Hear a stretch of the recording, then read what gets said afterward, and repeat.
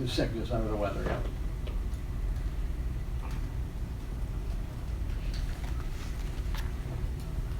Steve, understanding that James Harden and Luka Doncic are different people, does it still give your defense the confidence that you guys can have a game plan and the ability to execute against one of the best players in the league?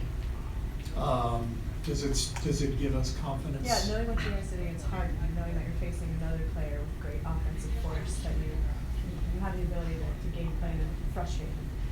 Well, every game is different, and I think Luka actually has a lot of the same qualities as James. And his ability to shoot the step back three and the brilliant passing. So I think you have to be ready to try different things. But the personnel is different on the floor, and so you got to weigh all that stuff. But I do think our defense, generally, our players have more confidence in what we're doing, and that allows us to maybe try a few different things. Whereas a month ago or so, we probably wouldn't have been confident enough to do that. Coach, they're obviously much different players, but with Luka and Steph, do you see any similarities in terms of their enthusiasm for the game and also the connection that they make with fans? Yeah, I think just playing with a smile on your face is it's something relatively unique. Most guys are locked in and they're pretty serious. And I watched Luka the other night in San Antonio, his first game back, and he's out there smiling and laughing, and it is similar to Steph, and I think fans love that. They want to see players enjoying themselves, and he's an amazing player. He's crushed us in Dallas last month when we were down there, and so we've got our hands full, but he's got a great skill set and a great approach to the game. He's great for our league. We're lucky to have him in the league. Steve, what have you thought about what Alec Burks has provided this season, both on the court and in the locker room?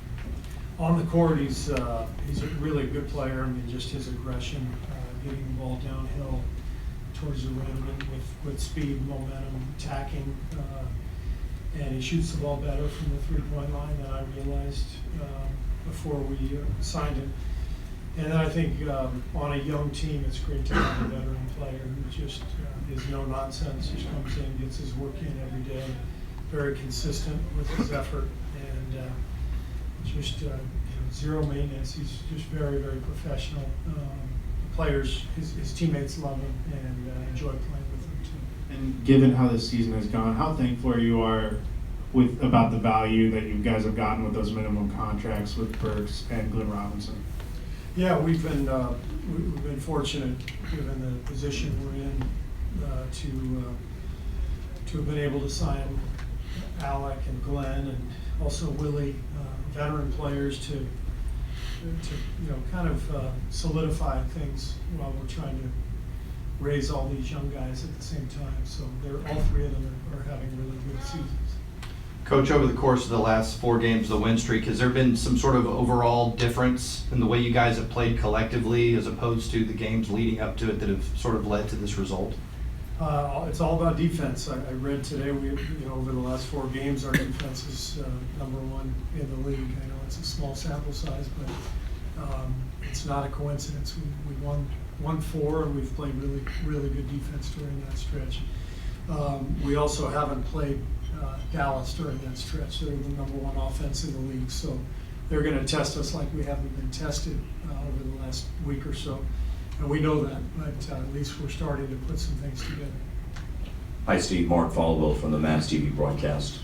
Question for you: having observed this with Rick Carlisle over the last couple of years, from your perspective of having played and coached in games where the stakes are as high as they could possibly be, I would like to hear your perspective on the joy and the rewards you find in coaching and seeing players like Damian Lee or Kai Bowman helping those young players come along and helping them establish themselves at the beginning of their NBA careers. What's been the joy and rewards of that aspect of coaching for you this year?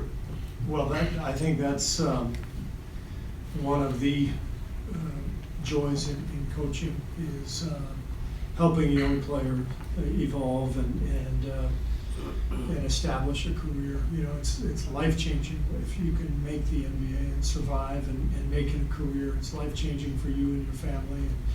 And so when you get to coach a young guy who has you know, the dream to play in the league and the passion and the talent, and you get to work with him, it's extremely satisfying. And so this season is totally different from the last 5 in that we're no longer a great team, we're no longer a championship contender, but there's a lot of sort of individual cases of growth, of interest, of areas where we feel like we can make a real impact.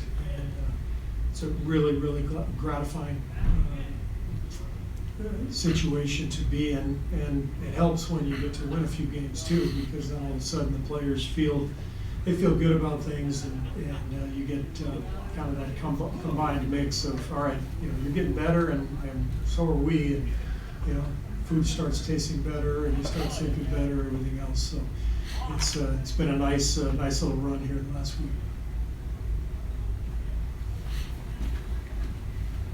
Steve, what impact specifically might you be looking forward to when you have, you know, more of your team back with the guys you have now? Meaning, which guys? You mentioned the impact some of these guys are making, you know, already on a non-contending team. You know, in terms of them, you know, evolving when a couple of your main guys come back eventually, whenever that is. What kind of impact would that have, and are you looking forward to that? I'm definitely looking forward to Steph and Klay returning. That's going to be fun. And I think a big part of this season is trying to help these young guys to develop and helping our own future, you know, helping to build our depth and build our asset base, and you know, trying to figure out who fits where with you know, the team when we are fully healthy. Those are all things that we're trying to work on. And we've got a lot of guys on this team who we would love to keep and have hang around. So we'll see how it all plays out. You mentioned Dallas having the #1 offensive team. Their rating this year has rivaled the league record you guys set last year. I wondered if there are more differences or similarities in the way they're doing it compared to how you guys do it. I think there are a lot of similarities. I think the league trend over the last 5, 6, 7 years has been more and more pace, more and more shooting. I think Rick has done an incredible job. You know, every time we play them, I'm so impressed with their execution. You know, he always has been a coach who maximizes execution, maximizes the potential of his players. And he's doing an incredible job this year. But the trend of the league has been kind of going in this direction. You know, a lot of high pick and roll, spread pick and roll, shooters everywhere. And so I think that Luka and Rick are a really good combination, because you've got a masterful pick and roll player and a coach who's brilliant putting the chess pieces together.